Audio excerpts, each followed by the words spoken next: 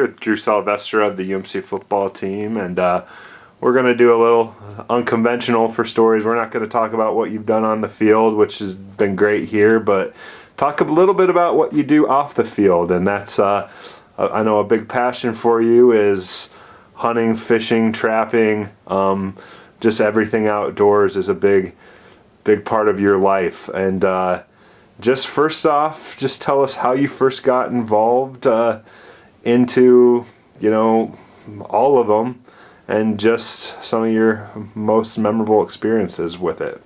Sure. The way I first got involved was when I was about 2 years old. My dad took me fishing, caught my first fish. Ever since then, I've been hooked, I guess. It's really been great. You definitely call it one of my passions in life is the outdoors, hunting, fishing, trapping. Just simply being out there is part of the whole experience. Trapping, actually, my grandpa got me into it when I was about 10 years old. He took me out on his trap line, and ever since then I've really enjoyed it. So yeah, that's how I got started.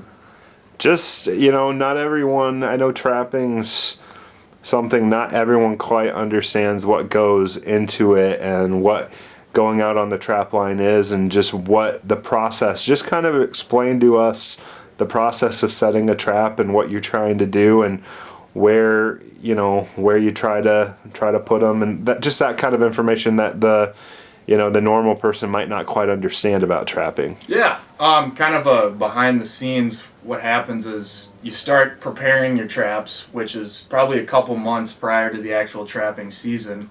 You have to make sure they're clean, all the scents off them. You have to put them in a dye so that they don't rust.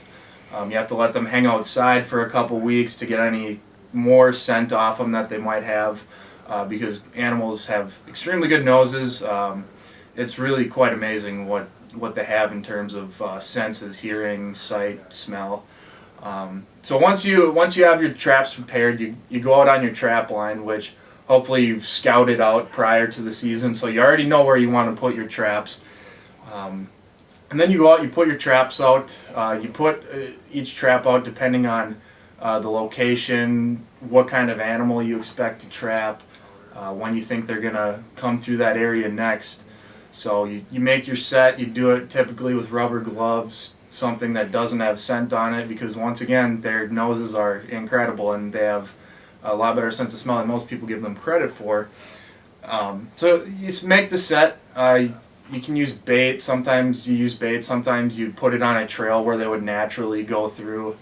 And then once you actually trap the animal, hopefully, it usually doesn't work out that way. I'll probably have 30 or 40 traps out at once, and if I can get 2 or 3 animals in a day, that's pretty good for me. I'm not an expert, but I plan to keep working on this skill. So once you trap the animal, basically that's when the real work starts. You have to take them out of the trap, and then you have to take them home. You have to skin it, make sure the fur is good. Then you scrape all the meat off and you put it up on a board where the skin dries.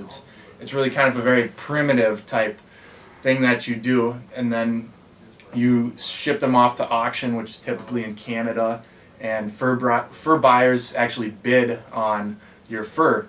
So and the fur buyers are typically from either South Korea, China, or Russia. Those are the main fur markets over there. Typically the U.S. doesn't have a great fur market. So mainly the Chinese, Russians, and South Koreans